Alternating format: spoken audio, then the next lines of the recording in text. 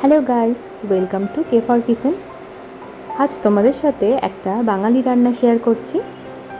এটা হলো কাতলা কুমড়ো চচ্চড়ি।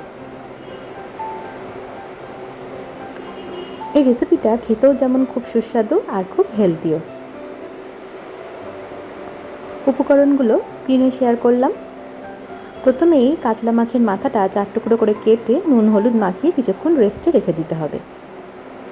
এবার কড়াই গরম করে কিছুটা সর্ষের তেল দিলাম। এবার মাছের মাথাগুলো তেলে ভেজে নিচ্ছি। মাথাগুলো ভাজা হোক। এবার সবজিগুলো আমি কুচি করে নিচ্ছি। আমি এখানে পুঁই শাক আর আলুও দিয়েছি, তোমরা চাইলে শুধু কুমড়ো আর মাছের মাথা দিয়েও এটা বানাতে পারো।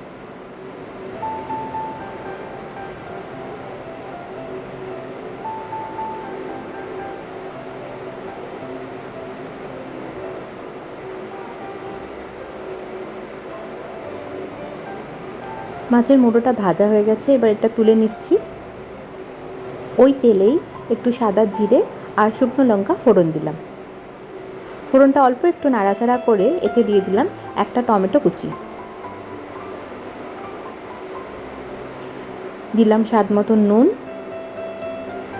এবার টমেটোটা যাতে একটু নরম হয়ে যায় সেজন্য ঢাকা দিয়ে দিচ্ছি। টমেটোটা একটু সতে হয়ে গেছে, দিলাম 2 চামচ মতন আদা বাটা। আদাটা অল্প একটু কষিয়ে নিয়ে এবার আমি একে একে গুঁড়ো মশলাগুলো অ্যাড করব।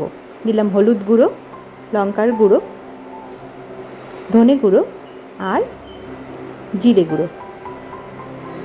টেস্ট ব্যালেন্সের জন্য দিলাম সামান্য চিনি। এবার মশলাগুলো তেলে কষিয়ে নিচ্ছি। যেহেতু আমি গুঁড়ো মশলা ব্যবহার করছি তাই এতে সামান্য জল দিলাম।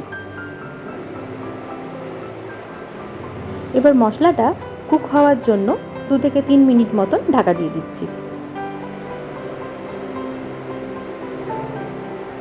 মশলাটা কষা হয়ে গেছে, মশলা থেকে তেলও ছেড়ে গেছে। এবার এতে আমি সমস্ত সবজিগুলো অ্যাড করে দিচ্ছি উইদাউট পুঁই শাকের ডাঁটা।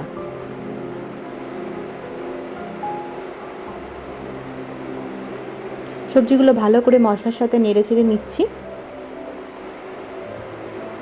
এবার সবজিগুলো সেদ্ধ হওয়ার জন্য ঢাকা দিয়ে দিলাম।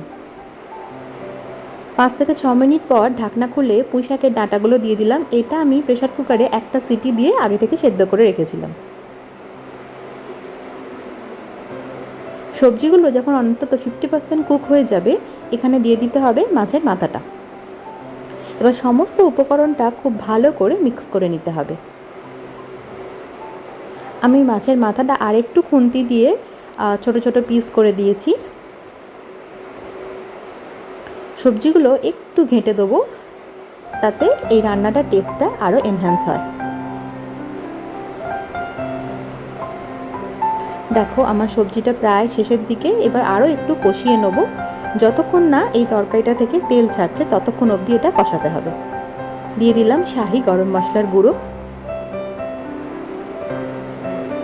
রান্না শেষ, রেডি টু সার্ভ কাতলা কুমড়ো চচ্চড়ি। কেমন লাগলো অবশ্যই জানিও।